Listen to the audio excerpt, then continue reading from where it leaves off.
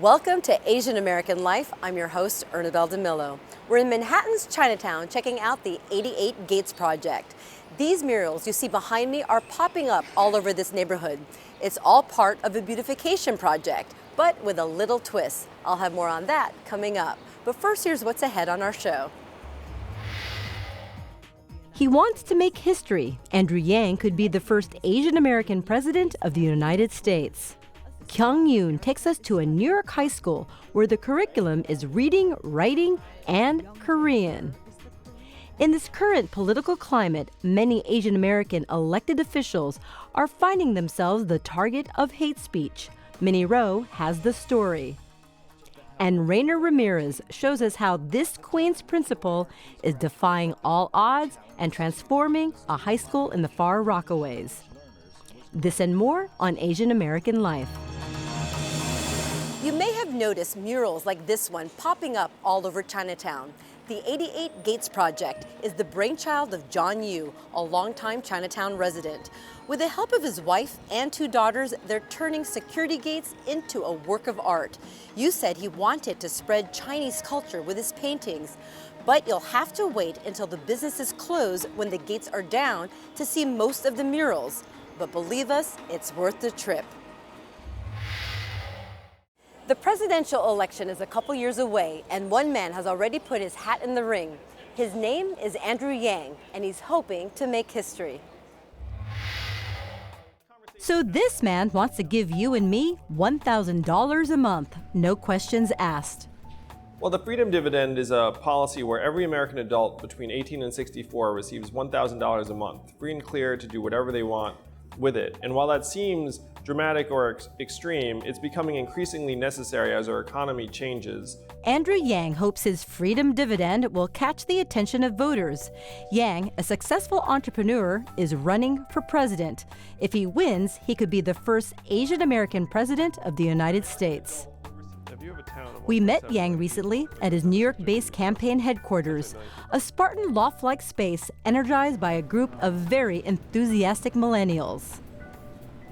Zack Grauman is more than a big fan. He quit his day job in banking to join Yang's campaign. The political newbie is now Yang's campaign manager. In fact, most of the people on his staff are new to politics, including the candidate. I was just in New Hampshire a couple of weeks ago, and the appetite for this message and a candidacy from someone who's not a traditional politician will actually address the real issues is really, really high. These issues, says Yang, includes jobs and the economy. In Yang's new book, The War on Normal People, he lays it all out, and it's bleak. He warns automation and robots will soon replace millions of human workers. I know it seems a little bit fantastic that like robots are going to walk in and take our jobs. I mean, that's not going to be the case. But if you look at the numbers, the reason why Donald Trump is our president today is that we automated away 4 million manufacturing jobs in Michigan, Ohio, Pennsylvania, and Wisconsin from 2000 to now. And we're about to do the same thing to workers in retail, truck driving, call centers, fast food, and on throughout the economy. These jobs, he says, are not coming back. And his answer is UBI, a universal basic income, guaranteed money for all American adults, paid for with a value-added tax. So we need to implement the universal basic income, the Freedom Dividend, in order to give Americans a chance to transition, start new business, go back to school, pay their bills, and start planning for the future. While his message is capturing the attention of voters and the media, Yang has a difficult road ahead. It's one thing getting people excited about free money, but mounting a presidential campaign is quite daunting. When he announced his candidacy in February, the New York Times called him, quote, the longest of long shots. But Yang doesn't seem fazed. In fact, the pullout quote is hanging in their office. Yang was born and raised in upstate New York. His parents immigrated from Taiwan in the 1960s. I was a very nerdy, studious, a little Asian boy born in upstate New York. He studied economics and political science at Brown, then got his law degree from Columbia. Instead of a legal career, he ventured into the world of startups. He was CEO of Manhattan Prep, a testing and tutoring company. After it was sold, he took that money and founded Venture for America, a nonprofit training program placing recent college grads at small businesses and startups in low-income communities. Our fellowship program sends hundreds of recent graduates from schools nationwide to startups in cities with emerging entrepreneurial ecosystems. He and his team, in fact, kept that startup mentality when it comes to the campaign. As entrepreneurs in a small, scrappy campaign, we kind of see it as a video game. Like certain levels are different points, but Iowa and New Hampshire are worth a lot more points. We know we got to get 18,000 Iowans to understand and vote for Andrew Yang, and 22,000 people in New Hampshire that are going to vote and understand Andrew Yang. Even though 2020 is still a couple years away, Yang, who is married with 2 children, is traveling to key states reaching out to voters. He's part of a giant wave of AAPIs running for public office, spurred on by Donald Trump's win. And while some Asian American candidates have faced racism and racist taunts on the campaign trail, Yang says he has not. So the racism has been very, very non-existent, honestly. I think that there may be a point where that changes, but really I haven't seen a whiff of it thus far. I've seen great things happen from small beginnings, and my chances of becoming president improve every day. It's not the 60s anymore. We need to wake up to the challenges of this era and accelerate our society and government forward. In fact, he says the voters he's meeting are quite receptive to his ideas. So maybe, just maybe, this long shot may just eke this one out. I'm Ernabel Demillo for Asian American Life. Work hard, go to college, change the world. That's the motto of this Harlem high school. But what's really unique about the Democracy Prep Charter High School is its Korean program that's at the heart of its curriculum and culture. 안녕하세요. 안녕하세요. Diavion Robinson and Ivan Quesada are seniors at Democracy Prep, a charter school in Harlem where facts, figures, and cultural insights about Korea line the walls outside the classrooms. Inside, students are learning the Korean language. Good job. 따라하세요. 주다. 주다. 주세요. 줘요. So when I came to high school and I learned Korean, I was thinking, wow, this is totally different than what other high schools teach and here in New York City. The endings are the same thing, whether it's a declarative or inquisitive, right? 따라하세요. 아유. Young Jae Her is the Korean department chair. It is a big challenge for them. The language itself is very different from English. The word order, the structure of the sentences are totally different, like the other way around.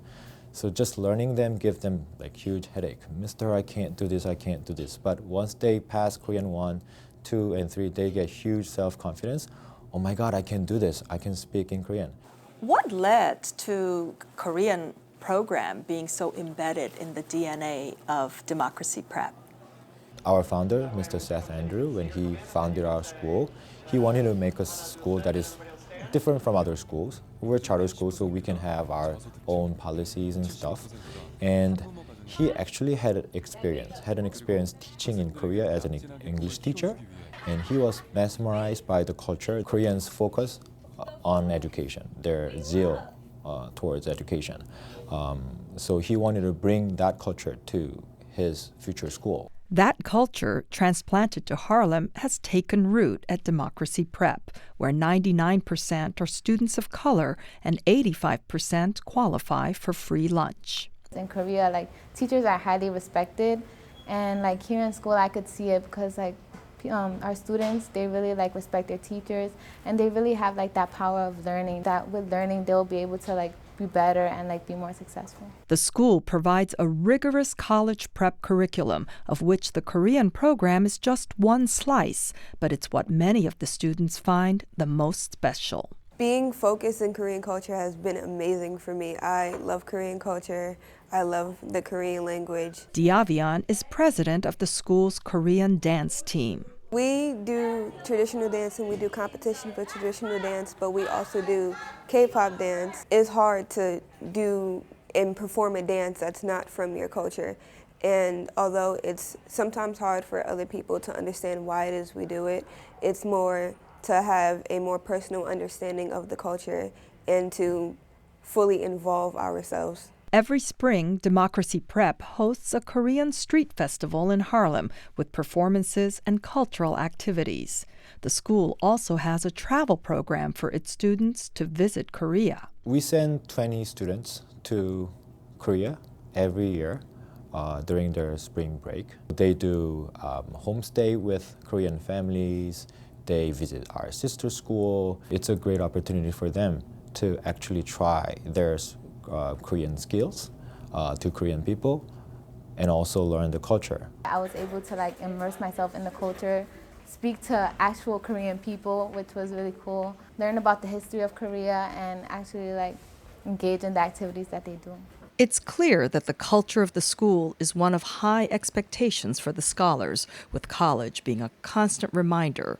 The walls are lined with university banners, and all the classrooms are named after well-known American universities, and even one elite Korean university called Yonsei. Since it opened its doors in 2005 with a sixth-grade class, 100% of its students have gone on to college, including some of the best in the country.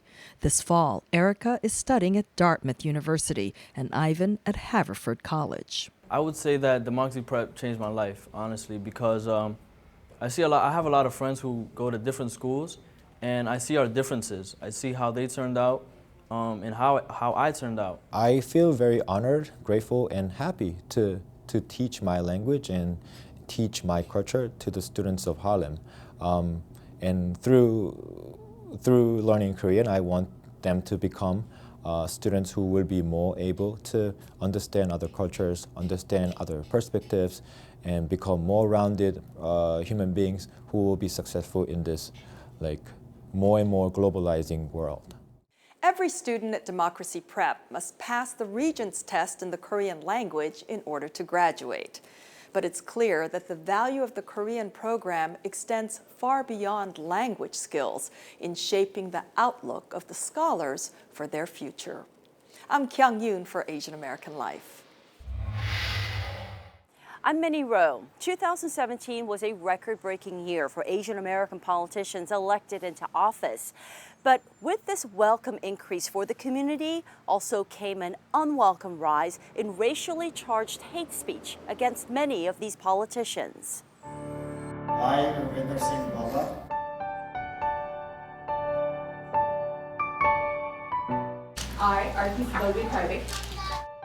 From coast to coast and throughout the nation, change is underway.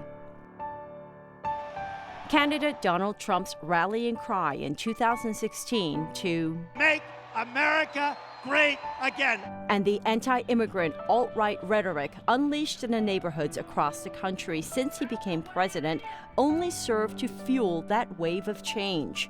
Asian American Pacific Islanders pushed back by running in record numbers for elected positions, from Congress to local school boards and everything in between.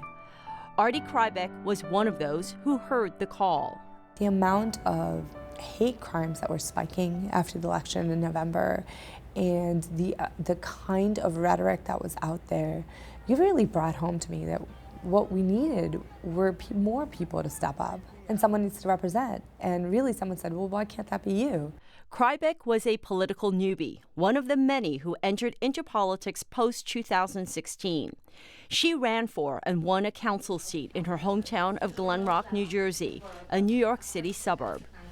According to the best of my ability.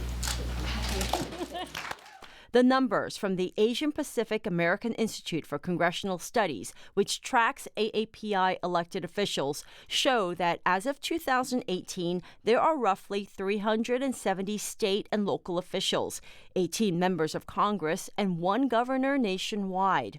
And while the increased representation is encouraging, the racially tinged discourse directed towards those elected officials is not. Oh, well, you're the good kind of immigrant, or you're the kind of, Asian that's okay, or you're almost white. While many of the comments can be considered mild, others in comparison take on a darker note. The mayor of Hoboken, New Jersey, Ravi Bala, was labeled a terrorist during his campaign. Former Colorado congressional candidate Saia Rayo fled her home after receiving threats to her family and enduring racial slurs on Facebook after she tweeted this in response to a New York Times opinion piece. Turban Man. Yeah, Turban Man. These radio hosts on New Jersey station 101.5 are talking about the state's Attorney General Gurbir Grewal, a Sikh Indian. Hey, listen, and if that offends you, then don't wear the turban, man. I'll remember your name. The two hosts were suspended after making these remarks. And Krybek herself was on the receiving end of this social media post on a Glen Rock residents-only Facebook page. She is not Muslim. I think the comment, to me, just talked about how ignorant the person was. You know, what was actually interesting about that comment was the amount of people who shut it down, and very quickly, right? So, and I think that gives me hope. A report generated by the South Asian Americans Leading Together, or SALT, documented an increase of over 32% in xenophobic political rhetoric in the year following the 2016 elections as compared to the previous year, with the worst offenders being white supremacist groups at 41%, followed by President Trump or Trump administration officials at 33%. And the Southern Poverty Law Center found the number of anti-immigrant, anti-Muslim hate groups, as well as neo-Nazi groups, increased in 2017 from 2016. Khyati Joshi, a professor of education at Fairleigh Dickinson University, points a finger directly at the 2016 elections, saying after Trump became president, racially charged rhetoric escalated. We're now seeing it consistently. It's not just during elections. What kind of ethos and culture exists in a corporation, in an organization, in schools that create that kind of culture that says it's okay to say that and it's okay to demand that of people. And then what happens to those people? But she also goes on to say that this racial divisiveness is nothing new, and she believes that one of the main reasons for this divide in this country is the lack of U.S. history education in schools. Right after the election, and actually right in January of 2017, when he signed the executive order on what is known as the Muslim ban, which they would not acknowledge as the Muslim ban, you had folks saying, oh, this is not who we are as a country. And I was saying, you don't know your U.S. history then, because this is exactly who we are. We've done this before. We've excluded people before based on an identity, and we were very blatant about it with 1882. The way that children are being forcibly removed from their parents. We did that for 60 plus years to Native Americans, not to mention the number of children who were taken from their parents who had been enslaved. They don't understand the institutional racism. And that is something that we have to really open people's eyes about. Because I think once people understand it, then that bias is reduced. Which is why Krybek says it's important that America sees more people like her, a minority, a woman, an immigrant, taking a stand politically. So if I'm not getting death threats, I need to go ahead and make sure I'm supporting the ones who are. I make sure I say that, no, I am just like that person. So if you're coming after them, you're also coming after me. And that's important. And in the process, she found that more often than not, her community had her back, something that makes her grateful and emotional. At the end of the day, it takes courage, and it takes courage to be out there, but also to understand that there's so much support, especially now. And if we are not the ones, those of us who are able to, if we're not the ones who are going to be out there speaking our truths, who are taking that emotional labor on to speak for all the people who can't, who else? Who else is going to do it? I'm Minnie Roh for Asian American Life. New York City's public school system is one of the biggest in the world, with 1.1 million students in 1,700 schools. Of the 1.1 million students, 58,000 or 5% are undocumented. This school behind me is unique. 30% of their students are English language learners, and they're defying odds. Not far from the shores of the Rockaways is the Queens High School for Information, Research, and Technology, or QIRT. QIRT provides close to 500 students practical training for jobs in technology. It's also a safe haven for undocumented students under the guidance of Principal Carl Manalo. Manalo took the helm of QIRT in 2014 when the school was adrift. I came in as the fourth principal of the school. My first graduating class there was a 55% grad rate, and that was really tough. At the time, QIRT's graduation rate was 55%, well below the New York City average of 74.3%. The school had a long way to go. And so my job was to stabilize the school, make sure that, staff are retained. But there were other challenges too. The student population of English language learners was growing fast. Me siento orgullosa de estar aquí porque me he dado cuenta que aquí he aprendido demasiado. Claribel says she fled Guatemala when her mother passed away in 2016. She came to the U.S. alone with the help of a coyote, or a human smuggler. Vine con un grupo de personas y crucé México y tomé un avión en México para que el viaje se me hiciera un poco más fácil. Lo tomé, pero venía como ilegal en México también y crucé el río sola. Después de cruzar el río, migración me agarró. After 2 months in a detention center in Texas, authorities released Claribel to reunite with a cousin living in the Rockaways. Today, QIRT has about 100 students who came as unaccompanied minors to the U.S.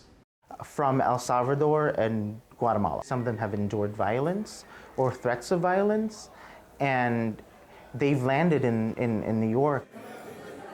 Apparently, they all came unaccompanied, and from Texas and from all the detention centers, they started sending them to relatives, and a lot of them happened to live here in Far Rockaway. The first time in the history of this country that somebody who has never held any job in government or one of the rougher things that I've had to deal with as an educator in my 16 years is actually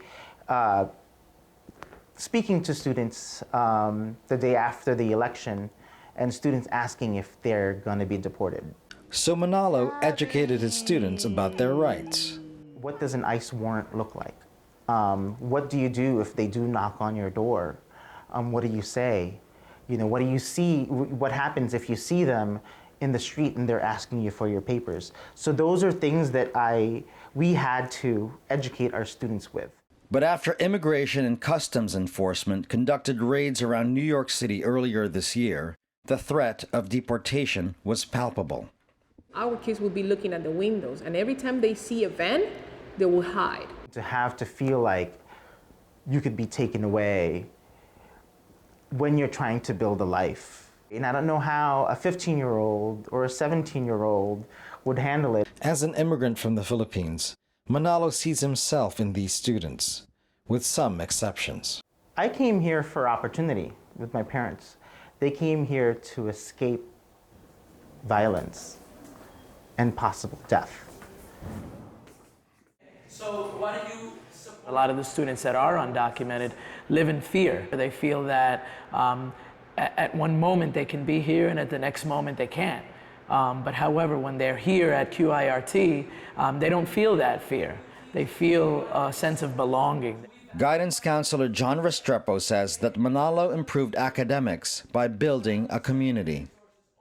I feel like what Manalo did was removed all boundaries, about ethnicities, race, gay, straight, bi. It doesn't matter who you are, you're human, and you belong here no matter what.